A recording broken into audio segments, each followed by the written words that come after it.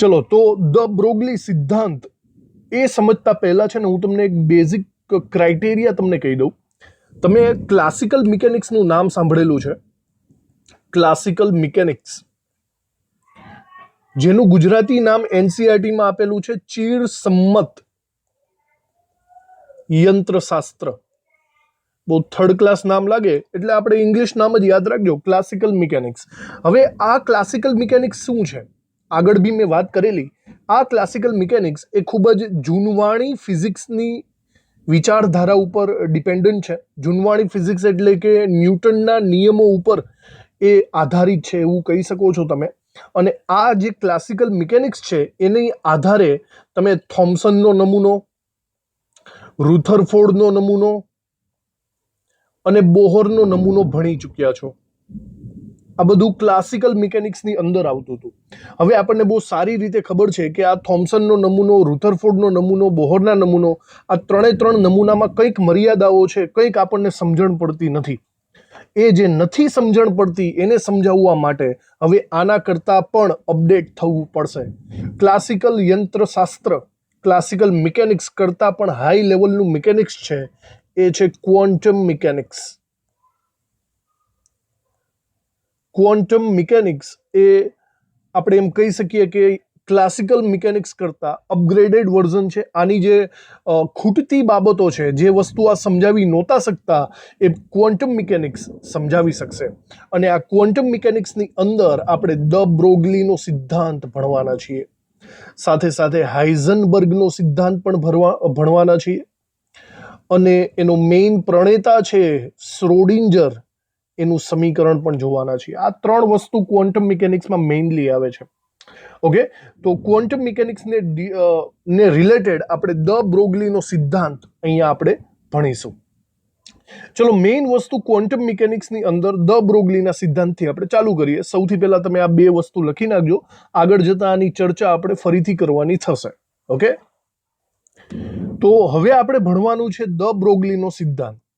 The Broglie એટલે the નો મતલબ થાય છે ધ. ઓકે, ફ્રેન્ચમાં ધ ને દ કહી દે છે. અને બ્રોગલી એ વૈજ્ઞાનિકનું નામ છે. તો બ્રોગલી નામના વૈજ્ઞાનિકે એક અનુભવ કર્યો અથવા તો એક અનુમાન કર્યું. એણે એમ કીધું કે જેવી રીતે આ બધા વૈજ્ઞાનિકો, બીજા બધા વૈજ્ઞાનિકો એમ કહેતા હતા કે વિદ્યુત ચુંબકીય વિકિરણ, આપણે આગળ વાત કરી ચૂક્યા છીએ, વિદ્યુત ચુંબકીય વિકિરણ એટલે કે સૂર્યના પ્રકાશ જેવું વિકિરણ અથવા તો ફોટોન. આગળના બધા નમૂનાઓમાં આપણે એવું જાણેલું છે કે વિદ્યુત ચુંબકીય વિકિરણ એકચ્યુઅલી પ્રકૃતિ ધરાવે છે. તે કણ પ્રકૃતિ પણ ધરાવે છે અને તે તરંગ પ્રકૃતિ પણ ધરાવે છે. આપણે આ વસ્તુને બહુ સારી રીતે ભણી ચૂક્યા છીએ. આપણે એમ કીધું હતું કે વિદ્યુત ચુંબકીય વિકિરણ વ્યતિકરણ, વિવર્તન જેવી ઘટનાઓ દર્શાવે છે, એટલે કે તે તરંગ પ્રકૃતિ ધરાવે છે. અને સાથે સાથે ફોટો ઇલેક્ટ્રિક અસર પણ ધરાવે છે. ફોટો ઇલેક્ટ્રિક અસર એટલે કે તે કણ પ્રકૃતિ પણ ધરાવે છે. 2 in 1 છે, બરાબર. એટલે કે વિદ્યુત ચુંબકીય વિકિરણ દ્વૈત સ્વભાવ ધરાવે. ધ બ્રોગલીનું કહેવું એમ છે કે જો વિદ્યુત ચુંબકીય વિકિરણ આવા દ્વૈત સ્વભાવ ધરાવતો હોય તો સેમ ટુ સેમ દ્રવ્ય પણ દ્વૈત સ્વભાવ ધરાવતો હોવો જોઈએ. દ્રવ્ય, હવે ચલો દ્રવ્યની અંદર કોણ કોણ આવે? દ્રવ્ય એટલે કે આખી દુનિયામાં રહેલી આજુબાજુ જુઓ, કોઈ પણ વસ્તુ, બરાબર. કોઈ પણ વસ્તુમાં ઇલેક્ટ્રોન આવી જાય, પ્રોટોન આવી જાય, ન્યુટ્રોન આવી જાય, માણસ આવી જાય, ટેનિસનો બોલ આવી જાય, વિમાન આવી જાય, કાર આવી જાય, બધું આવી જાય. તો ધ બ્રોગલીનું કહેવું એમ છે કે કોઈ પણ દ્રવ્ય છે ને એ પણ બંને ટાઈપની પ્રકૃતિ ધરાવતો હશે, કણ પ્રકૃતિ અને તરંગ પ્રકૃતિ. આ ધ બ્રોગલીનો મેઇન સિદ્ધાંત છે. જોકે આ સિદ્ધાંત આપણે ગળે ઉતારવો બહુ મુશ્કેલ છે, હજમ નહીં થાય આ વાત. ધ બ્રોગલીનું કહેવું એમ છે કે આ બધા જે દ્રવ્ય છે એ કણ પ્રકૃતિ ધરાવે છે. ચલો એ વાતને માની લઈએ કે ઇલેક્ટ્રોન એક કણ છે, માણસ એક કણ સ્વરૂપે છે, વિમાન, બરાબર. તમે આકાશમાં વિમાન જુઓ તો આપણને દેખાય કે નાનું એવું વિમાન આમ તરતું જતું હોય, એટલે એ વિમાન પણ કણ સ્વભાવ ધરાવે. પણ તરંગ સ્વભાવ વિચારો, તરંગ ક્યાંથી થઈ ગયો ભાઈ? હે, એક એક્ઝામ્પલ આપું તમને, થોડું ક્લેરિફિકેશન આવે. ફોર એક્ઝામ્પલ, મારી પાસે એક ટેનિસનો બોલ છે. ઓકે, આ ટેનિસના બોલને તમે હાથેથી ઘા કરશો તો એ કેવી ગતિ કરશે? તે આવી ગતિ કરશે. પરવલય આકારની, અને જમીન ઉપર જઈને પડી જશે. સિમ્પલ વાત છે. લોજિક શું છે આ તો આપણને ખબર જ છે. પણ દ બ્રોગલી શું કહે છે ખબર? દ બ્રોગલી એમ કહે છે કે કોઈ પણ દ્રવ્ય જ્યારે વેગમાં હોય ને, એટલે કે તમે એને ગતિ કરાવો ને, ત્યારે તે તરંગ સ્વરૂપે વર્તે. એનો મતલબ દડો છે ને કંઈક આવી રીતે ગતિ કરતો કરતો કરતો કરતો પડી જશે. એવું હોય? દડો આવી રીતે ગતિ કરે તરંગ પ્રમાણે, વેવ્સ પ્રમાણે? ના, દ બ્રોગલી ખોટું બોલતો એવું લાગે છે. હજી એક વાત કહું. દાખલા તરીકે આપણે વિમાનનું એક્ઝામ્પલ લઈએ. બરાબર? વિમાન, ફોર એક્ઝામ્પલ, આપણી પાસે વિમાન છે. આપણી પાસે તો નો જ હોય વિમાન, પણ વિમાન આકાશમાં ફૂલ સ્પીડમાં ઉડતું હોય, આપણને ખબર છે. તો આકાશમાં ફૂલ સ્પીડમાં આ વિમાન ઉડતું હોય તો સીધી વાત છે એમ ફટાફટ ફૂલ સ્પીડમાં, લગભગ વિમાનની સ્પીડ સમજો 500 થી 1000 કિલોમીટર પ્રતિ કલાકની સ્પીડે એ ફરતું હોય છે, મતલબ સ્પીડમાં ગતિ કરતું હોય છે. તો એ આપણને કેવું દેખાય? સીધું વાત છે, એ સ્ટ્રેટ લાઇનમાં ગતિ કરતું હોય એવું જ દેખાશે આપણને. પણ નહીં, બ્રોગલી શું કહે છે? બ્રોગલી એમ કહે છે કે વિમાન જ્યારે ફૂલ સ્પીડમાં ગતિ કરે ને, ત્યારે તે કંઈક તરંગ લંબાઈ સ્વરૂપે ગતિ કરે છે. તરંગ સ્વરૂપે ગતિ કરે છે. એવું હોય? વિમાન આવી રીતે ગતિ કરે તરંગ સ્વરૂપે? આ વસ્તુ આપણને હજમ થતી નથી. બરાબર? તેમ છતાં દ બ્રોગલી એને પોતાની રીતે સાબિત કરશે. બરાબર? એની વાત આપણે આગળ લખતા કરવાની છે. તો ચલો, મેઇન વસ્તુ ખબર પડી ગઈ. દ બ્રોગલીનો સિદ્ધાંત કે કોઈ પણ દ્રવ્ય એ કણ અને તરંગ બંને પ્રકૃતિ ધરાવે છે. આ વસ્તુને દ બ્રોગલીનો નિયમ કહેશું. હવે આ વસ્તુને ગળે કેમ ઉતારવી એને આપણે પછી આગળ જોઈએ. એના સૂત્ર ઉપરથી આપણને જાણવા મળશે. તો આપણે એક કામ કરીએ, આ વસ્તુને પહેલા આપણે મુદ્દા વાઇઝ લખી નાખીએ. તો આપણે મુદ્દા વાઇઝ પહેલા મુદ્દાની અંદર દ બ્રોગલીનો સિદ્ધાંત બરાબર રીતે લખી નાખીએ. લખો એની અંદર, વિદ્યુત ચુંબકીય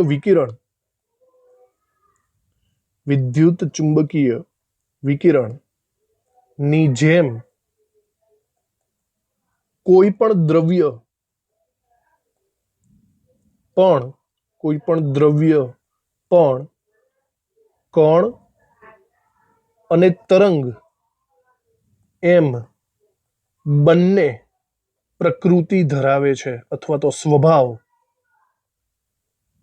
ધરાવે છે. આ વિધાન છે એને દ બ્રોગલીના સિદ્ધાંત તરીકે આપણે યાદ રાખવાનું છે. બરાબર? અહીંયા એમ લખીએ, એટલે કે દ્રવ્ય એ દ્વૈત સ્વભાવ ધરાવે છે. દ્વૈત સ્વભાવ ધરાવે છે. કણ સ્વભાવ પણ છે એની પાસે અને તરંગ સ્વભાવ પણ છે. એની નીચે લખીએ. આનો મતલબ એમ થાય છે કે જેવી રીતે, લખતા જજો, જેવી રીતે વિદ્યુત ચુંબકીય વિકિરણ નું વેગમાન અને તરંગ લંબાઈ હોય છે. ચલો, તરંગ લંબાઈને આપણે લેમ્બડા તરીકે લખીએ. જેવી રીતે વિદ્યુત ચુંબકીય વિકિરણનું વેગમાન અને તરંગ લંબાઈ હોય છે, એવી જ રીતે દ્રવ્ય એટલે કે ચલો આપણે ઇલેક્ટ્રોનનું એક્ઝામ્પલ લઈએ. એવી જ રીતે ઇલેક્ટ્રોનનું પણ વેગમાન હોય છે અને તરંગ લંબાઈ હોય છે. તરંગ લંબાઈ એટલે કે લેમ્બડા હોય છે. બરાબર? હમણાં મેં વાત કરી હતી કે આ વસ્તુ આપણને ગળે ઉતરતી નથી. ભાઈ, ઇલેક્ટ્રોનનું વેગમાન, ચલો ઇલેક્ટ્રોનની સ્પીડ, એનો વેગ હોય, ચલો એ આપણે સમજી શકીએ છીએ. પણ ભાઈ, ઇલેક્ટ્રોનની તરંગ લંબાઈ કેવી રીતે હોઈ શકે? ઇલેક્ટ્રોન એક કણ સ્વરૂપે છે. ઇલેક્ટ્રોન ગતિ કરતો હોય તો તે ગોળ ગતિ કરતો હોય, એ તરંગ સ્વરૂપે થોડો ગતિ કરતો હોય. તો આની સમજૂતી, ચલો હવે આ વસ્તુ તમારી ગળે કેમ ઉતરે છે એ જોજો. આની સમજૂતી એક સૂત્ર દ્વારા તમને આપવામાં આવી છે. બરાબર? જોજો, એક સૂત્ર દ્વારા. સૂત્ર આવું છે, દ બ્રોગલીનું સૂત્ર, lambda is equal two h/p. Lambda એટલે તરંગ લંબાઈ, h/p. p એટલે આપણે વેગમાન લઈ શકીએ, અને આપણને ખબર છે p is equal two mv આપણે લખી શકાય. વેગમાન બરાબર દળ ગુણ્યા વેગ. તો તમે આ જ સૂત્રને આવી રીતે પણ લખી શકો છો, h/mv. આ જે સૂત્ર છે ને, એ છે દ બ્રોગલીનું સૂત્ર. બરાબર? જોજો, દાખલાઓમાં ખૂબ જ અગત્યનું છે. ઘણા બધા દાખલા આપણે આના ઉપરથી ગણવાના છે. આપણે અહીંયા બધા પદની જરાક જાણકારી લઈ લઈએ. લખીએ નીચે કે જ્યાં લેમ્બડા બરાબર તરંગ લંબાઈ. અને યાદ રાખજો, આ તરંગ લંબાઈને હંમેશા મીટરમાં લ્યો છો. જ્યારે પણ દાખલો ગણો ને ત્યારે એકમ ઉપર ખાસ ફોકસ રાખજો, બાકી દાખલા ખોટા પડશે. પછી એચ એટલે થશે પ્લાન્ક અચળાંક. બહુ જૂનો છે અને આપણે આના ઘણા બધા દાખલા ગણી ચૂક્યા છીએ. પ્લાન્ક અચળાંક, બરાબર. આની વેલ્યુ પણ આપણને ખબર જ છે, 6.626 ગુણ્યા 10⁻⁴. પછી પી, ચલો પી એટલે થશે વેગમાન, બરાબર, જેનું સૂત્ર આપણને અહીંયા સાઈડમાં લખેલું છે, P = mv. બીજું અહીંયા એમ આપેલું છે. એમ એટલે દળ લઈ લે, જેની વાત ચાલતી હોય ને એનું દળ. જેમ કે દાખલા આવશે મોસ્ટ ઓફલી ઇલેક્ટ્રોનના આવશે, ક્યારેક ટેનિસનો બોલ આવે, વિમાન આવે, ઓકે, ક્યારેક કાર આવે, તો એ જેની પણ વાત ચાલતી હોય એનું દળ. અને દળ હંમેશા કિલોગ્રામમાં લખજો. ખાસ વસ્તુ એકમ ઉપર ફોકસ રાખજો, તો જ દાખલાઓ સાચા પડશે. પછી છે વી. વી નો મતલબ આપણે લખશું વેગ, અને વેગ હંમેશા તમારે મીટર પ્રતિ સેકન્ડમાં કન્વર્ટ કરીને જ દાખલાઓમાં યુઝ કરવો. ભાઈ આ જે એકમ છે ને, એકમ ખાસ અગત્યના છે, એના ઉપર મેઇનલી ફોકસ રાખવો તમારે. ઓકે, તો આ સૂત્ર છે. હવે આ સૂત્ર આવ્યું ક્યાંથી એની ડિસ્કશન પણ હું કરી દઉં છું, બરાબર. એ પછી કરીશ. એકચ્યુઅલી પહેલા આપણે થિયરિટિકલ પૂરું કરીએ. ટેક્સ્ટ બુકમાં એની સાબિતી નથી આપી, પણ આપણે સાઈડમાં પછી JEE નીટ લેવલ ઉપર કરશું, અને અત્યારે પણ હું તમને સમજાવી દઈશ, એટલું બધું મોટું નથી. તો ચલો, સૂત્ર બરાબર યાદ રાખજો, દાખલાઓ આના ઉપરથી આવવાના છે. હવે આના ઉપરથી આપણે ફર્ધર ડિસ્કશન કરીએ કે આ સૂત્ર ઉપરથી કઈ કઈ બાબતોને આપણે જોવા જેવી છે. જુઓ, સૂત્ર ઉપરથી મને એવું જાણવા મળે છે કે લેમ્બડા = પહેલા તો લેમ્બડા ચલે છે 1/m. વિચારો, એમ છેદમાં છે કે નહીં? તો એક રીતના દળ એ લેમ્બડા એટલે કે તરંગ લંબાઈના વ્યસ્ત પ્રમાણમાં થયો. આનો મતલબ શું થયો? બરાબર ધ્યાનથી સાંભળજો. આનો મતલબ એવો થાય છે કે જેટલું તમારું દળ ઓછું હશે ને એટલો તમારો લેમ્બડા વધારે મળશે. હા કે ના? વ્યસ્ત પ્રમાણ એવું જ હોય ને. તો આ તમારા સવાલનો જવાબ છે. હમણાં તમારા ગળામાં વાત નહોતી ઉતરતી ને કે આપણે ફેંકેલો દડો તરંગ લંબાઈ કઈ રીતે દર્શાવે?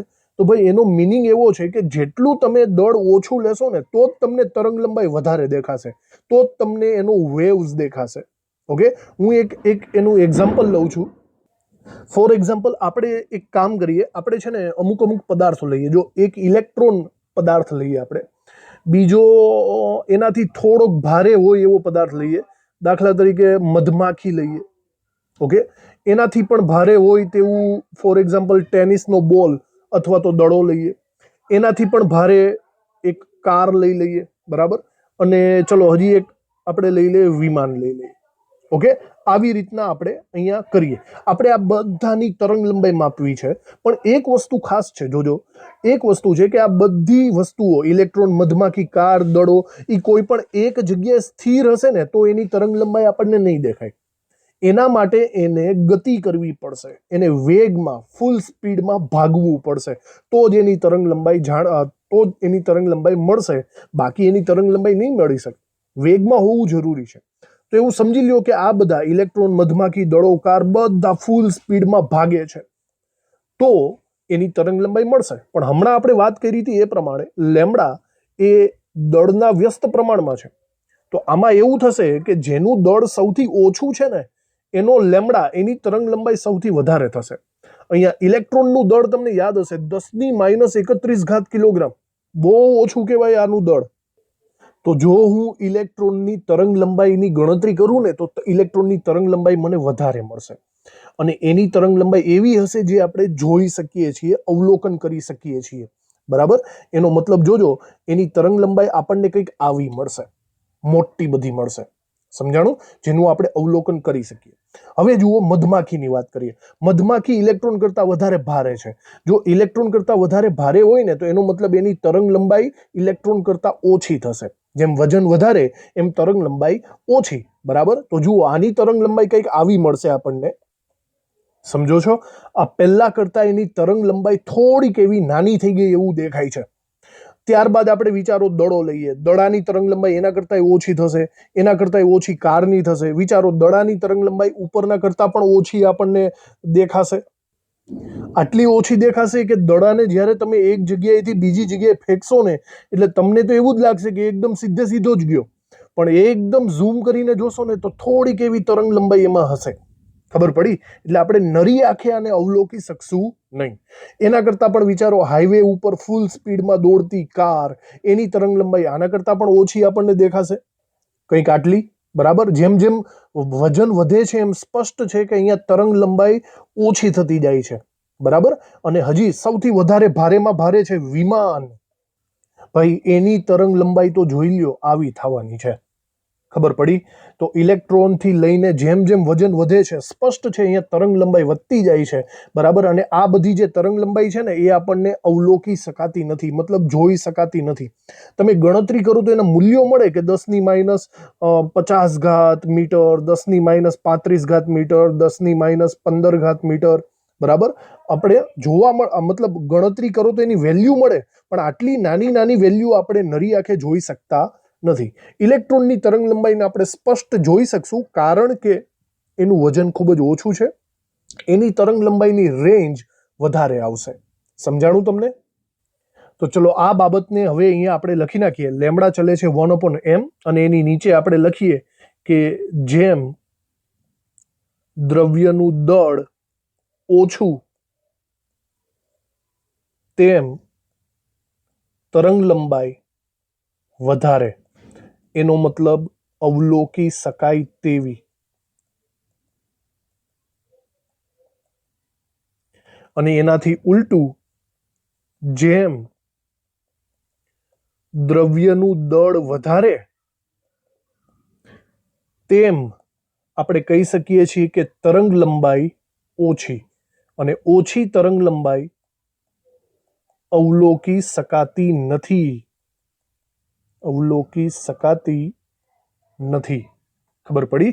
આનો મતલબ એવો થશે કે ઇલેક્ટ્રોન જેવા જે અવપરમાણવીય કણો, ઇલેક્ટ્રોન જેવા જે સૂક્ષ્મ કણો છે, એની તરંગ લંબાઈ આપણે જોઈ શકશું, પણ એનાથી મોટા એના તરંગ લંબાઈ આપણે જોઈ શકવાના નથી. બરાબર? એ વસ્તુ પણ આપણે અહીંયા નીચેની સાઈડ લખી નાખવાની છે. આમ ઇલેક્ટ્રોન જેવા સૂક્ષ્મદર્શીય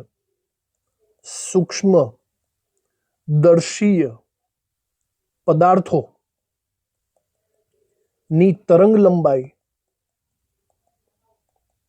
વધારે હોવાથી તેને અવલોકી શકાય છે. અવલોકી શકાય છે. પરંતુ સ્થૂળદર્શીય એટલે કે ભારે, સ્થૂળદર્શીય પદાર્થો ની તરંગ લંબાઈ અવલોકી શકાતી નથી. અવલોકી શકાતી નથી. બરાબર? આ વસ્તુ મેઇનલી તમે યાદ રાખજો. બીજી ખાસ વાત છે કે દરેક પદાર્થ વેગમાં હોય તો જ આપણે એની તરંગ લંબાઈ અવલોકી શકીએ છીએ. એ બાબત પણ આપણે લખી નાખીએ. કોઈ પણ દ્રવ્ય વેગમાં અથવા તો ગતિમાં હોય ત્યારે જ તેની તરંગ લંબાઈ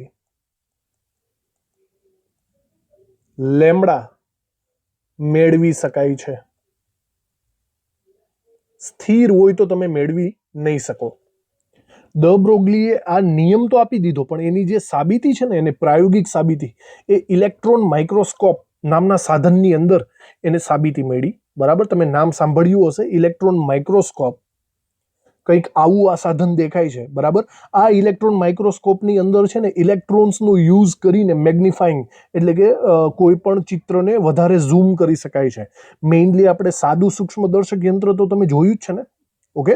સાદું સૂક્ષ્મદર્શક યંત્ર કરતાં આ જે ઇલેક્ટ્રોન માઇક્રોસ્કોપ છે ને, એ લગભગ તમને 150 લાખ ગણું વધારે ઝૂમ કરીને ચિત્ર બતાડે. એનો મતલબ ચોખ્ખું ચિત્ર બતાડે. સમજાય છે? 150 લાખ ગણું. અને જે ઇલેક્ટ્રોન આની અંદર વપરાયેલો છે ને, એનો તરંગ સ્વભાવ સૂચવે છે, કારણ કે ઇલેક્ટ્રોન માઇક્રોસ્કોપની અંદર ઇલેક્ટ્રોન વિવર્તન દર્શાવે છે. હવે વિવર્તન એ તો તરંગનો સ્વભાવ છે, યાદ છે ને? તો એનો મતલબ એમ થયો કે ઇલેક્ટ્રોન તરંગ પ્રકૃતિમાં હોય તો જ ઇલેક્ટ્રોન માઇક્રોસ્કોપ કામ કરે. આ એક રીતના એની સાબિતી થઈ ગઈ. એ વસ્તુ બરાબર સમજી લ્યો છો તમે. હવે અહીંયા આપણે લખી નાખીએ કે ઇલેક્ટ્રોન માઇક્રોસ્કોપમાં ઇલેક્ટ્રોન દ્વારા 150 લાખ ગણું વધારે સ્પષ્ટ ચિત્ર જોવા મળે છે. સ્પષ્ટ ચિત્ર જોવા મળે છે. બરાબર. સ્પષ્ટ ચિત્ર માટે અહીંયા ટેક્સ્ટ બુકની અંદર આवर्धन મેગ્નિફાઈંગ એવો શબ્દ વાપરેલો છે. તો ઇલેક્ટ્રોન માઇક્રોસ્કોપમાં એક રીતના અહીંયા લખવું પડશે કે સાદા માઇક્રોસ્કોપ કરતા ઇલેક્ટ્રોન માઇક્રોસ્કોપમાં સાદા માઇક્રોસ્કોપ કરતા અહીંયા ઇલેક્ટ્રોન દ્વારા 150 લાખ ગણું વધારે સ્પષ્ટ ચિત્ર એટલે કે આवर्धन જોવા મળે છે, જે ઇલેક્ટ્રોનના વિવર્તનના કારણે શક્ય છે. વિવર્તનના કારણે શક્ય બને છે. બરાબર. અને જે ઇલેક્ટ્રોનનું વિવર્તન છે એક રીતના આ એનો તરંગ સ્વભાવ થઈ ગયો કહેવાય. વિવર્તન એટલે તરંગ સ્વભાવ. સમજાણું? આમ ઇલેક્ટ્રોન એ કણ તો છે જ અને ઉપરાંત વિવર્તનના કારણે તરંગ પણ થઈ ગયો. આમ ઇલેક્ટ્રોન કણ અને તરંગ બંને પ્રકૃતિ ધરાવે છે એવું સાબિત થાય. સમજાણું તમને? તો આ એક રીતના તમને કોઈ પૂછે કે દ બ્રોગલીના નિયમની પ્રાયોગિક સાબિતી ક્યાં છે, સ્પષ્ટ એક જ શબ્દ બોલી નાખો એટલે વાત પૂરી થઈ જાય. Electron microscope. હવે આ ઇલેક્ટ્રોન તરંગ સ્વભાવ ધરાવે એનું મતલબ શું થયો ખબર છે? હવે તમે ધ્યાનથી વિચારજો, બરાબર જોજો. આગળ આપણે બોહરનો નિયમ ભણ્યા. બોહરનો નિયમ ભણ્યા ને, તો બોહરે શું કીધું હતું ખબર? કે ઇલેક્ટ્રોન છે ને, ઇલેક્ટ્રોન એ પ્રોટોનની આજુબાજુ ચોક્કસ પથ ઉપર ગતિ કરે છે, હાઈવે ઉપર ગતિ કરે છે, એવું એણે કીધેલું. મતલબ ઇલેક્ટ્રોન ગોળ ગોળ ગતિ કરે. એકચ્યુઅલી ઇલેક્ટ્રોન ગોળ ગોળ ગતિ નથી કરતો, ઇલેક્ટ્રોન આવી રીતે ગતિ કરે છે. કારણ કે દ બ્રોગલીએ શું કીધું કે ઇલેક્ટ્રોન તો તરંગ લંબાઈ ધરાવશે. તો જુઓ કેટલો લોચો પડ્યો. બરાબર. એક જગ્યાએ ફિક્સ નથી, તે તરંગ લંબાઈ સ્વરૂપે ગતિ કરે છે. જુઓ સ્પષ્ટ રીતે અહીંયા આપણે જોઈ શકાય છે કે જો પાર્ટિકલ એટલે કે કણ સ્વરૂપે હોય તો આવી રીતે અને તરંગ સ્વરૂપે હોય તો આવી રીતે. એનો મતલબ ઇલેક્ટ્રોન કેવી રીતે ગતિ કરે છે તમે અનુમાન લગાવી શકો છો. ખબર પડી તમને? આવી રીતે થશે. બરાબર રીતે જોઈ લ્યો. જો ઇલેક્ટ્રોનની ગતિ, બોહરના નિયમ અહીંયા ખોટો પડે છે દ બ્રોગલીનો નિયમ પ્રમાણે. ઓકે. હવે છે ને આ દ બ્રોગલીનું જે સૂત્ર છે આપણને મળ્યું છે lambda is equal two H/mv. આ સૂત્ર એકચ્યુઅલી આવ્યું ક્યાંથી? હવે આ વસ્તુ એકચ્યુઅલી જોવા જઈએ તો JEE નીટ લેવલની છે. બરાબર. પણ એકદમ નાની એવી વાત છે તો હું અહીંયા ફટાફટ બોલી જાઉં છું. આમ બી JEE નીટના લેક્ચર્સ આપણા અલગ આવે છે તો એને આપણે અલગથી ટેકલ કરશું. પણ આ વસ્તુ સમજો કે આ સૂત્ર એકચ્યુઅલી આવ્યું ક્યાંથી. દ બ્રોગલીએ એક વસ્તુ કીધેલી છે કે કોઈ પણ દ્રવ્ય એ કણ પ્રકૃતિ અને તરંગ પ્રકૃતિ બંને ધરાવે છે. હવે કોઈ પણ દ્રવ્યની વાત કરો, ફોર એક્ઝામ્પલ હું ઇલેક્ટ્રોનની વાત કરું, તો આનો મતલબ એમ થયો કે ઇલેક્ટ્રોન કણ પણ છે અને ઇલેક્ટ્રોન તરંગ સ્વભાવ પણ ધરાવે છે. બંને ધરાવે. હવે ઇલેક્ટ્રોનની પાસે કંઈક એની એનર્જી હશે કે નહીં? વિચારો. તો આ એનર્જી ક્યાંથી હશે? એનો મતલબ એવો થાય કે જો ઇલેક્ટ્રોન તરંગ પ્રકૃતિ ધરાવતો હોય ને, તો તરંગ પ્રકૃતિની ઉર્જાનું સૂત્ર શું થાય ખબર? એનું સૂત્ર થાય E = hc/λ. આપણને ખબર જ છે, આગળ આવી ગયું. તરંગ પ્રકૃતિનું ઉર્જાનું સૂત્ર. અને કણ પ્રકૃતિની ઉર્જાનું સૂત્ર શું થાય ખબર છે? E = mc². આ તમે બહુ સાંભળેલું હશે. બરાબર. આ આઇન્સ્ટાઈને સૂત્ર આપેલું હતું, એનર્જીનું સૂત્ર E = mc². તો કહેવાનો મતલબ કણ પ્રકૃતિ હોય તો આ સૂત્ર લાગે, તરંગ પ્રકૃતિ હોય તો આ સૂત્ર લાગે. પણ અહીંયા તો ઇલેક્ટ્રોનના બાબતમાં આ બંને છે. તો કહેવાનો મતલબ ઇલેક્ટ્રોનની આ બંને ઉર્જા સરખી હોવી જોઈએ, કણ પ્રકૃતિની અને તરંગ પ્રકૃતિની. જો તમે એની સરખામણી કરો ને, એનો મતલબ કે E = E કરો ને, તો જો આવું સૂત્ર મળશે, mc² આ બાજુથી અને આ બાજુથી hc/λ.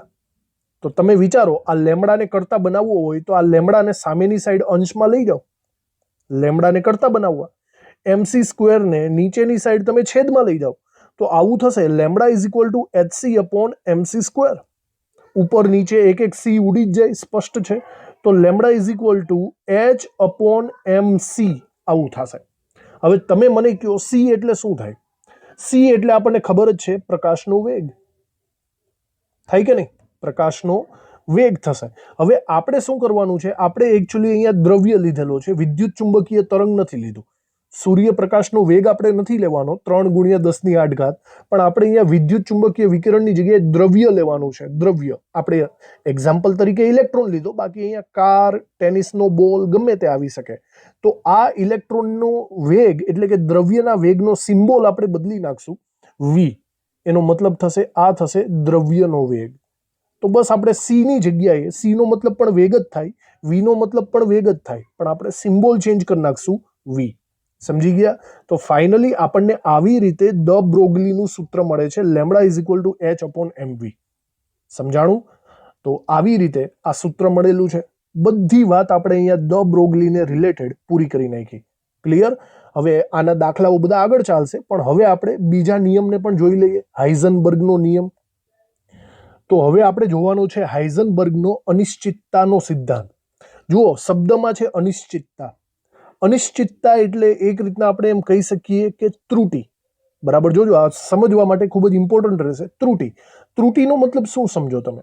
તમે કોઈ પણ વસ્તુ માપો છો, આપણે ફિઝિક્સમાં તમારે પ્રેક્ટિકલ્સ આવશે, તમે કોઈ પણ વસ્તુ માપો છો અને દાખલા તરીકે એનો જવાબ 25 છે, પણ આપણને થોડી ઘણી ત્રુટિ જોવા મળે. ત્રુટિ, તમારો સાચામાં સાચો જવાબ 100% સાચો જવાબ 25 છે, પણ તમે જ્યારે માપો છો ને ત્યારે તમારી ત્રુટિ ±2 જેટલી આવે. એનો મતલબ એમ થયો કે તમારો જવાબ 25 કરતાં 2 ઓછો એટલે કે 23 અને 25 કરતાં 2 વધારે એટલે કે 27. તમારો જવાબ 23 થી 27 ની વચ્ચે હોય છે. ખબર પડી? તમારો એક્ઝેક્ટ સાચો જવાબ 25 છે, પણ તમે જ્યારે માપવા જાવ ને ત્યારે તમને ચોક્કસ મૂલ્ય નથી મળતું, તમને મળે છે 23 થી લઈને 27. હવે 23 થી લઈને 27 ની વચ્ચે ઘણા બધા આંકડા છે, તો એક રીતના અચોક્કસતા તમને મળે છે. શું મળે છે? અચોક્કસતા. ખબર પડી? હાઇઝનબર્ગનો અચોક્કસતાનો સિદ્ધાંત આપણે એવું અહીંયા બોલી શકીએ છીએ. તો જુઓ, હાઇઝનબર્ગે અહીંયા શું કીધેલું છે? પહેલા તો હાઇઝનબર્ગે છે ને એક વસ્તુ ખાસ અહીંયા કીધેલી છે, એનો નિયમ જ તમે સમજી લ્યો કે એનો નિયમ કંઈક આવું કહે છે કે ઇલેક્ટ્રોન જે છે એ ઇલેક્ટ્રોનની બે બાબતોને તમે એક સાથે નક્કી નહીં કરી શકો. એક તો ઇલેક્ટ્રોનનું સ્થાન અને બીજું ઇલેક્ટ્રોનનું વેગમાન. વેગમાનની જગ્યાએ કદાચ વેગ ગણશો તો પણ ચાલશે. ઇલેક્ટ્રોનનું સ્થાન અને તેનો વેગ બંને એક સાથે તમે શોધવા જાવ ને તો એ બંને એક સાથે તમને નહીં મળે. કદાચ તમે એવું કરશો કે તમે એનું સ્થાન એકદમ 100% ચોક્કસ લેશો તો તેનું વેગમાન તમને ત્રુટિવાળું મળશે. ત્રુટિવાળું, સમજી ગયા ને? ત્રુટિવાળું એટલે ચોક્કસ નહીં મળે. અને કદાચ તમે વેગમાનને 100% સાચો બનાવવા જશો ને તો તમારું સ્થાન ત્રુટિવાળું બની જશે. બેમાંથી એક વસ્તુ તમને 100% સાચી મળશે, પણ બીજી બાબત ઓલવેઝ અનિશ્ચિત મળશે, અચોક્કસ મળશે, એટલે કે ત્રુટિવાળી મળશે. વસ્તુ સમજો છો? પણ આવું કઈ રીતે પોસિબલ છે? તમે એક સિમ્પલ એક્ઝામ્પલ દ્વારા તમે મગજ દોડાવી શકો છો. ફોર એક્ઝામ્પલ, આપણે છે ને એક લાંબો એવો હાઈવેનો રોડ લઈ લઈએ. લેવાનો ન હોય પણ સમજી લઈએ કે હાઈવેનો રોડ છે અને આ હાઈવેના રોડના અંતે એક આપણે 4 વ્હીલ લઈ લઈએ. બરાબર? દાખલા તરીકે આ 4 વ્હીલ છે. આપણે છે ને 4 વ્હીલને 200 કિલોમીટર પ્રતિ કલાકની સ્પીડથી ફેરવવાની છે. બરાબર? એક્ઝેક્ટ 200 કિલોમીટર પ્રતિ કલાકની સ્પીડે ફેરવવાની છે. તો જુઓ, મારી ભાષામાં હું એમ કહું કે મેં વેગ નિશ્ચિત કરી લીધો, એટલે કે વેગ આપણો એક્ઝેક્ટ 100% સાચો હોય એવો પહેલેથી લઈ લીધો. બરાબર? હવે એના સ્થાનની વાત કરીએ. વિચારો, 200 કિલોમીટર પ્રતિ કલાકની સ્પીડેથી આ ગાડી ભાગતી હોય અને હું તમને એમ કહું કે ભાઈ એક્ઝેક્ટ 10:07 અને 5 સેકન્ડે આ ગાડી એક્ઝેક્ટલી આ રોડ ઉપર ક્યાં હશે એનું સ્થાન નક્કી કરો, એવો હું તમને સવાલ પૂછું. હવે ગાડી તો ફૂલ સ્પીડમાં ભાગતી હશે, સમજો છો? અને જેવું તમે આ ગાડીને 10:07 અને 5 સેકન્ડે જોવા જશો ને, કારણ કે ગાડી ફૂલ સ્પીડમાં ભાગે છે, તો તમને સ્થાન કેવું દેખાશે? તમને સ્થાન ચોક્કસ નહીં દેખાય. તમને એવું લાગશે કે ગાડી અહીંથી અહીંની વચ્ચે હતી. ફૂલ સ્પીડમાં ભાગે છે, બરાબર. ગાડી આ પોઈન્ટથી આ પોઈન્ટની વચ્ચે હતી. એક્ઝેક્ટલી ક્યાં હતી? અહીંયા હતી, અહીંયા હતી, અહીંયા હતી? નહીં, એ ખબર નથી, પણ આ બે પોઈન્ટની વચ્ચે એપ્રોક્સિમેટલી હતી. ભાઈ, આ એપ્રોક્સિમેટલી એ જ આપણી ત્રુટિ થઈ ગઈ કે નહીં? એનો મતલબ એમ કે જો તમે વેગને નિશ્ચિત કરવા જશો તો તમારું સ્થાન ત્રુટિવાળું મળશે, એટલે કે અનિશ્ચિત મળશે. સમજાણું તમને? આ બાબતને ઇલેક્ટ્રોનની બાબતમાં પણ તમે સરખાવી શકો. ઇલેક્ટ્રોનની બાબતમાં એક આખો પ્રેક્ટિકલ જ આવે, હું તમને સમજાવું અત્યારે. દાખલા તરીકે તમે આ પ્રેક્ટિકલને સમજવાની કોશિશ કરો. અહીંયા એક ઇલેક્ટ્રોન આપેલો છે, બરાબર. હવે ઇલેક્ટ્રોન કેવી રીતે ગતિ કરતો હોય? ફોર એક્ઝામ્પલ, આવી રીતે ગોળ ગોળ પરિભ્રમણ કક્ષામાં તે ગતિ કરતો હશે. ઓકે, તો આ ઇલેક્ટ્રોનને આપણે સ્થાન નક્કી કરવાનું કોશિશ કરીએ, બરાબર. સ્થાન નક્કી કરવાની આપણે કોશિશ કરીએ. તો વિચારજો, ઇલેક્ટ્રોનનું સ્થાન નક્કી કરવા માટે અહીંયા મેં એક માઇક્રોસ્કોપ રાખેલું છે. માઇક્રોસ્કોપની નીચે એક્ઝેક્ટલી જેવો ઇલેક્ટ્રોન આવશે ને, એટલે એનું સ્થાન ચોક્કસ થઈ જશે. સમજ પડી? એ આ ઇલેક્ટ્રોન ગતિ કરતો કરતો કરતો આની નીચે આવશે, એટલે આપણને ખબર પડી જશે કે એનું સ્થાન શું છે. પણ આ ઇલેક્ટ્રોનને જોવો કઈ રીતે? ઇલેક્ટ્રોન તો આપણને દેખાશે નહીં ને નોર્મલી.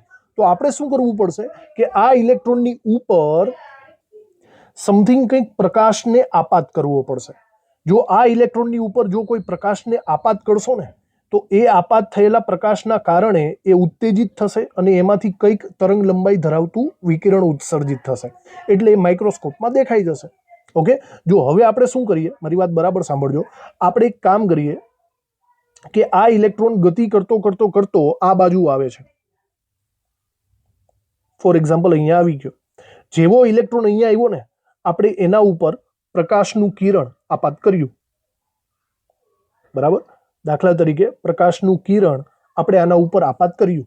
પ્રકાશનું કિરણ આપાત કર્યું ને, એટલે ડાયરેક્ટલી આની અંદરથી એક વિકિરણ ઉત્સર્જિત થયું અને એ વિકિરણ આપણને ડાયરેક્ટલી માઇક્રોસ્કોપમાં દેખાઈ ગયું. ચલો, હવે એનું સ્થાન તો ફિક્સ થઈ ગયું કે નહીં?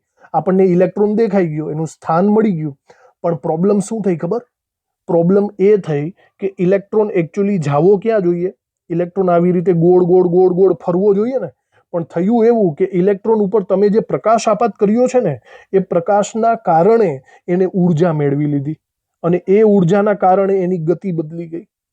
મતલબ એક રીતના આ પ્રકાશના કિરણે ઇલેક્ટ્રોનને થોડોક ધક્કો મારી દીધો. તો એને જવાનું હતું ગોળાકાર, પણ એ ઉત્તેજિત થઈને પાવરફુલ થઈને વધારે ઉર્જા મેળવીને બીજી દિશામાં ચાલ્યો ગયો. તો ઓવરઓલ મને સ્થાન મળી ગયું, પણ વેગ એનો બદલાઈ ગયો. પેલા હતો એટલો ન રહ્યો, પણ ઓલા તરંગ અથડાણું એટલે ધક્કો માર્યો તો વેગ બદલી ગયો. તો વસ્તુ એ જ છે, તમે સ્થાન સાચું ગણવા જશો તો તમારો વેગ ખોટો પડશે, અનિશ્ચિત થઈ જશે. આ પ્રેક્ટિકલ દ્વારા, ઇલેક્ટ્રોનની બાબત દ્વારા પણ તમે આ વસ્તુ સમજી શકો છો. જુઓ, એ જ વસ્તુને આપણે અહીંયા જે હું હમણાં કીધેલું, બરાબર. ઇલેક્ટ્રોન આ રીતે ગતિ કરે છે, એના ઉપર કોઈ વિકિરણને આપણે આપાત કરવાનું છે. વિકિરણ આપાત કરશો એટલે ઇલેક્ટ્રોન આપણને માઇક્રોસ્કોપમાં દેખાઈ જશે, પણ એ ઇલેક્ટ્રોનનો વેગ બદલી જશે. સમજાઈ ગયું તમને? તો આ ઇલેક્ટ્રોનના એક્ઝામ્પલ દ્વારા આપણે અનિશ્ચિતતા સમજાવી કહેવાય. તો હવે આપણે આ જે હાઇઝનબર્ગનો સિદ્ધાંત છે એને આપણે લખી નાખીએ. એના જે મેઇન વિધાન છે એને લખીએ હાઇઝનબર્ગના સિદ્ધાંતનું, કે ઇલેક્ટ્રોનનું ચોક્કસ સ્થાન અને ચોક્કસ વેગમાનની જગ્યાએ વેગ પણ લઈ શકાય, કાઉન્સમાં વેગ લખી નાખવા. ઇલેક્ટ્રોનનું ચોક્કસ સ્થાન અને ચોક્કસ વેગમાન બંનેને એક જ સમયે એક સાથે નક્કી કરી શકાતા નથી. ચોક્કસ રીતે નક્કી કરી શકાતા નથી.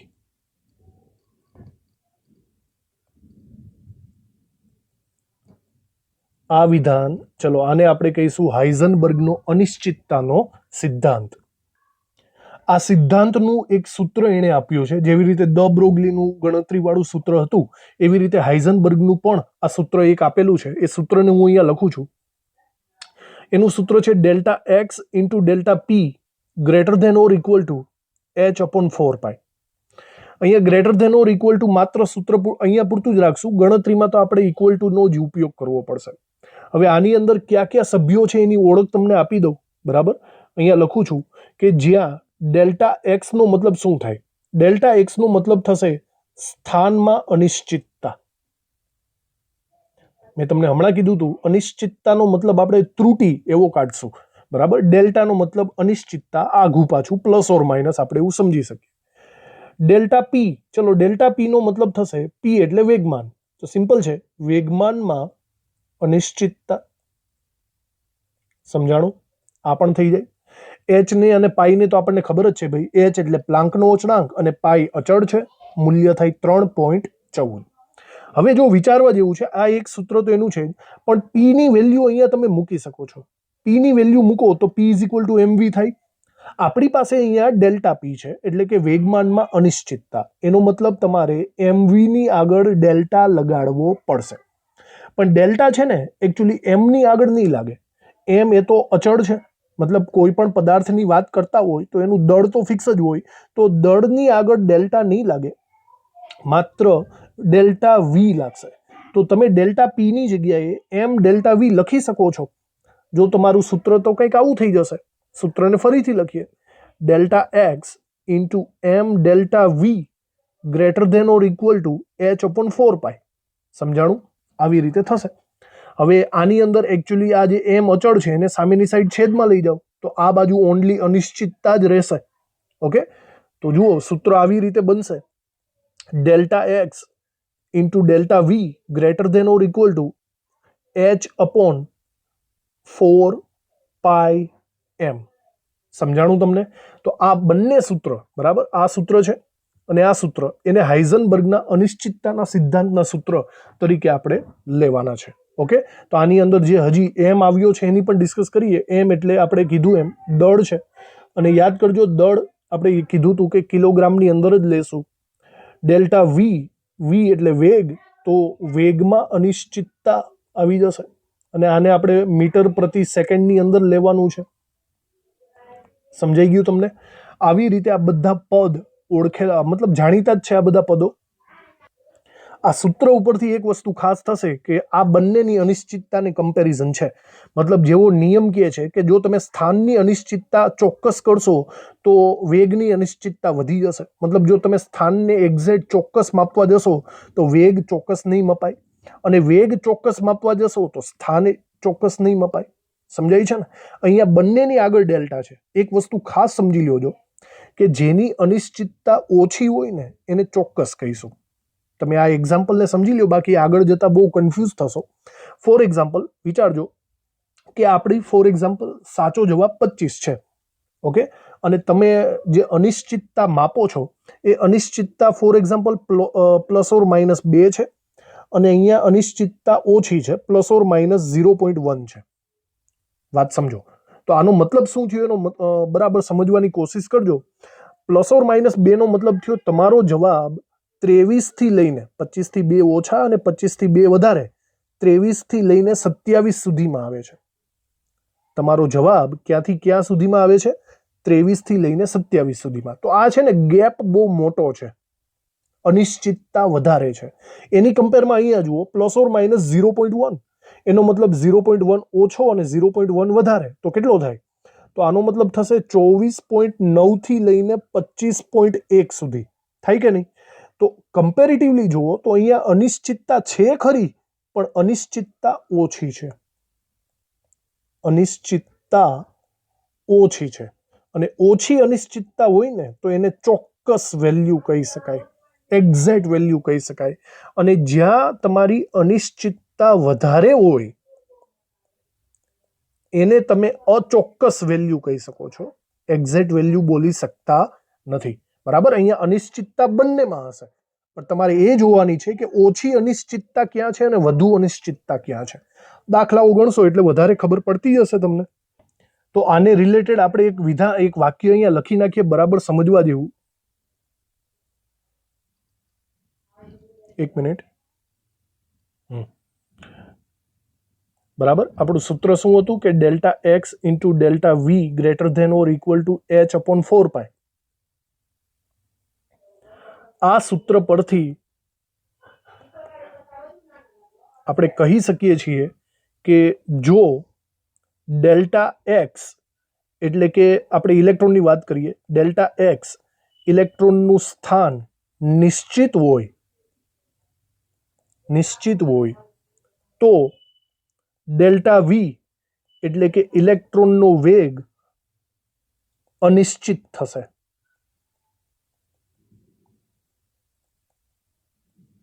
એટલે કે એનું મૂલ્ય વધારે હશે. ડેલ્ટા વી નું મૂલ્ય વધારે એનો મતલબ ગેપ વધારે તો તે અનિશ્ચિત કહેવાય. સમજાણું? ડેલ્ટા એક્સ ને નિશ્ચિત કરો તો ડેલ્ટા વી એ તમારો અનિશ્ચિત થઈ જશે. અને એનું ઊંધું પણ બોલી શકાય કે જો ડેલ્ટા વી એટલે કે ઇલેક્ટ્રોનનો વેગ ફિક્સ હોય અથવા તો નિશ્ચિત હોય તો ડેલ્ટા એક્સ એટલે કે ઇલેક્ટ્રોનનું સ્થાન અનિશ્ચિત હોય છે. સમજાણું તમને? મતલબ આનું મૂલ્ય વધારે હશે. તો બસ આ નિયમ છે આપણો અનિશ્ચિતતાનો, હાઇઝનબર્ગનો સિદ્ધાંત. આ નિયમની અંદર વારંવાર ઇલેક્ટ્રોનનું જ આપણે વાત કરીએ છીએ. અહીંયા દ્રવ્ય એવો શબ્દ આપણે વાપરેલો નથી. એનું પણ એક સ્પેશિયલ કારણ છે. એ કારણ આપણે કહી દઈએ કે આ નિયમ છે ને માત્ર ઇલેક્ટ્રોન માટે જ આપણે બોલી શકીએ છીએ, કોઈ અન્ય દ્રવ્ય માટે નહીં બોલી શકીએ. આપણે છે ને એનું મતલબ હું તમને એની સાબિતી આપી દઉં કે ફોર એક્ઝામ્પલ આપણે આ દાખલો છે ને હાઇઝનબર્ગનો દાખલો એ ઇલેક્ટ્રોન માટે ગણીએ અને કોઈ અન્ય દ્રવ્ય માટે ગણીએ. હવે તમને ખબર હશે કે ઇલેક્ટ્રોનનું દળ કેવું છે. ઇલેક્ટ્રોનનું દળ 9.1 ગુણ્યા 10⁻31 કિલોગ્રામ છે. બહુ ઓછું છે. એની કમ્પેરમાં તમે કોઈ પણ દ્રવ્ય લેશો ને એ દ્રવ્યનું દળ વધારે જ હશે. ફોર એક્ઝામ્પલ એવું માનો કે 1 મિલીગ્રામ જેટલો પદાર્થ લઈ લો. 1 મિલીગ્રામ. હવે 1 મિલીગ્રામ એટલે સમજો ને એટલે 10⁻6 કિલોગ્રામ થાય. તો એની 10⁻31ની કમ્પેરમાં તો બહુ મોટો પદાર્થ થઈ ગયો ને. આ બંને માટે જો તમે અનિશ્ચિતતાના દાખલા ગણો તો તમને ખબર પડે કે સિચ્યુએશન શું છે. આપણું સૂત્ર શું છે? આપણું સૂત્ર છે delta x into delta v greater than or equal to, પણ દાખલો ગણતી વખતે ઇક્વલ ટુ જ મૂકી દેવાનો, એચ અપોન 4 પાઈ. ઓકે, આપણું સૂત્ર આ છે. તો આપણે શું કરીએ, એચ અપોન 4 પાઈ એમ. આગળ પણ કદાચ ભૂલ રહી ગઈ. હા, અહીંયા આપણે એમ લખતા ભૂલી ગયા ભાઈ, જોજો. એચ અપોન 4 પાઈ એમ. તો આ સૂત્રમાં આટલાની ગણતરી કરો એટલે તમને આઈડિયા આવશે કે અનિશ્ચિતતાની વેલ્યુ કેટલી થાય. આપણે આ ગણતરી 2 વાર કરીએ. એક વખત ઇલેક્ટ્રોન માટે કરીશું અને એક વખત કોઈ બીજા દ્રવ્ય માટે કરીશું. ઓકે, જુઓ આ બાજુ આપણે આ સૂત્રની ગણતરી કરીએ કે delta x into delta v બરાબર, ચલો એચ એટલે થશે પ્લાન્કનો અચળાંક 6.626 ગુણ્યા 10⁻34. એના છેદમાં આપણે લખીએ 4 પાઈ. પાઈ એટલે 3.14 અને એમ. ચલો ઇલેક્ટ્રોનનું દળ આપણને ખબર જ છે 9.1 ગુણ્યા 10⁻31. હવે જો તમે આની ગણતરી કરશો ને, delta x into delta v ની આ બધાની ગણતરી કરશો, હવે એક્ઝેક્ટ ગણતરી નહીં કરીએ, એપ્રોક્સિમેટલી ગણતરી કરો ને તો એનો જવાબ છે ને 10⁻28ની રેન્જમાં મળે છે. ઓકે, અને સિમિલર આ જ દાખલો તમે આ સાઈડ ગણો, આ જ દાખલો તમે આ બાજુ ગણો જે 10⁻6 કિલોગ્રામ માટે આપેલો છે. તો delta x into delta v બરાબર એચ. એચની વેલ્યુ એટલે 6.626 ગુણ્યા 10⁻34 અને એના છેદમાં 4 પાઈ એમ. દળ અહીંયા છે 10⁻6 કિલોગ્રામ. જો તમે આ દાખલો ગણશો ને તો તમારી એપ્રોક્સિમેટ વેલ્યુ છે ને એ લગભગ 10⁻4 જેટલી મળશે. વિચારો, આપણે 2 દાખલા ગણ્યા છે. એકની વેલ્યુ 10⁻28 મળી, એકની વેલ્યુ 10⁻4 મળી. હવે આમાં નાની વેલ્યુ કઈ કહેવાય? વિચારો, નાની વેલ્યુ તો આ જ કહેવાય 10⁻8. એનો મતલબ આ ચોક્કસ મૂલ્ય છે. મેં હમણાં સમજાવ્યું તમને, ત્રુટિ જેટલી નાની એટલું ચોક્કસ મૂલ્ય. અને આ અનિશ્ચિતતાનું મૂલ્ય કમ્પેરિઝનમાં વધારે છે. કમ્પેરિઝનમાં વધારે એનો મતલબ આ અચોક્કસ થશે, અચોક્કસ. તો આના ઉપરથી હું એમ કહી શકું કે હાઇઝનબર્ગનો નિયમ ઓનલી કોના માટે કમ્ફર્ટેબલ છે? ઇલેક્ટ્રોન માટે જ કમ્ફર્ટેબલ છે. એનું એક વાક્ય આપણે અહીંયા નીચેની સાઈડ આ બધું લખી નાખવું છે બરાબર રીતે. અહીંયા લખીએ આપણે, હાઇઝનબર્ગ ના સિદ્ધાંત ની અસર સૂક્ષ્મદર્શીય, આપણે આ શબ્દ હમણાં જ બોલ્યા હતા, સૂક્ષ્મદર્શીય એટલે કે ઇલેક્ટ્રોન જેવા પદાર્થો, સૂક્ષ્મદર્શીય વસ્તુઓ માટે સાર્થક લાગે છે. સાર્થક લાગે છે એટલે કે ચોક્કસ મળશે. પરંતુ સ્થૂળદર્શીય એટલે કે મોટા પદાર્થો, સ્થૂળદર્શીય વસ્તુઓ માટે નગણ્ય છે. એ આપણને ચોક્કસ રીતે મળી શકશે નહીં. સમજાઈ ગયું તમને? હવે હાઇઝનબર્ગની એક છેલ્લી વાત આપણે લખી નાખીએ, એ છે એનું મહત્વ. હાઇઝનબર્ગના અનિશ્ચિતતાના સિદ્ધાંતનું મેઇન મહત્વ શું છે ખબર? કે તે બોહરના સિદ્ધાંતને નકારી દે છે. બોહરના સિદ્ધાંતને હમણાં વાત કરેલી હતી કે બોહરનો સિદ્ધાંત એમ કહે છે કે કેન્દ્રની આજુબાજુ ઇલેક્ટ્રોન ચોક્કસ પથ ઉપર ગતિ કરે છે, પણ એકચ્યુઅલી ઇલેક્ટ્રોનનું સ્થાન તમે ચોક્કસ નક્કી કરી શકતા નથી. અને ઇલેક્ટ્રોનનું સ્થાન ચોક્કસ નક્કી નથી કરી શકતા એનો મતલબ એમ થયો ઇલેક્ટ્રોન કોઈ એક પટ્ટા ઉપર, એક રસ્તા ઉપર ગતિ નહીં કરતો હોય, એ આડે ધડ ગમે ત્યાં તમને જોવા મળી શકે છે. આને તમારે બરાબર રીતે જોવું પડશે. જોજો બરાબર રીતે કે નોર્મલી પ્રોટોન આવી રીતે ફરતો હોય છે, નોર્મલી ઇલેક્ટ્રોન પ્રોટોનની આજુબાજુ ફરતો હોય છે, પણ એકચ્યુઅલમાં રિયાલિટી કંઈક અલગ છે. રિયાલિટી એવી છે કે પરમાણુને જો તમે જોશો ને તો પરમાણુ એકચ્યુઅલમાં આવો હોય. આની આજુબાજુ ઇલેક્ટ્રોન કોઈ ચોક્કસ વર્તુળાકાર પથ ઉપર ગતિ ન કરતા હોય, એટલે કે એનું ચોક્કસ સ્થાન તમે નક્કી નહીં કરી શકો. આવું હાઇઝનબર્ગે આપણને સૂચવેલું છે. સમજ પડી તમને આ બાબતમાં? ઓકે, સમજવા જેવું છે ઘણું. તો એનું મહત્વ એ થશે કે આ નિયમ અથવા તો આ સિદ્ધાંત એ ઇલેક્ટ્રોન અને બીજા અવપરમાણવીય કણો ના નિશ્ચિત પથ અથવા તો આપણે એમ કહી શકીએ પ્રક્ષેપ પથ ના અસ્તિત્વને નકારે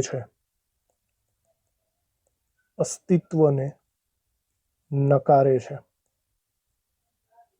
મતલબ ઇલેક્ટ્રોનના વિશે તમે એવું નહીં કહી શકો કે ઇલેક્ટ્રોન એક નિશ્ચિત પથ પર ગતિ કરે છે, એ ખોટું પડશે. એ અહીંયા હાઇઝનબર્ગે સમજાવી દીધું. ઓકે, તો અહીંયા એક રીતના હાઇઝનબર્ગનો નિયમ પણ આપણે અહીંયા ફિનિશ કરીએ છીએ. સમજાઈ ગયું? તો બે નિયમ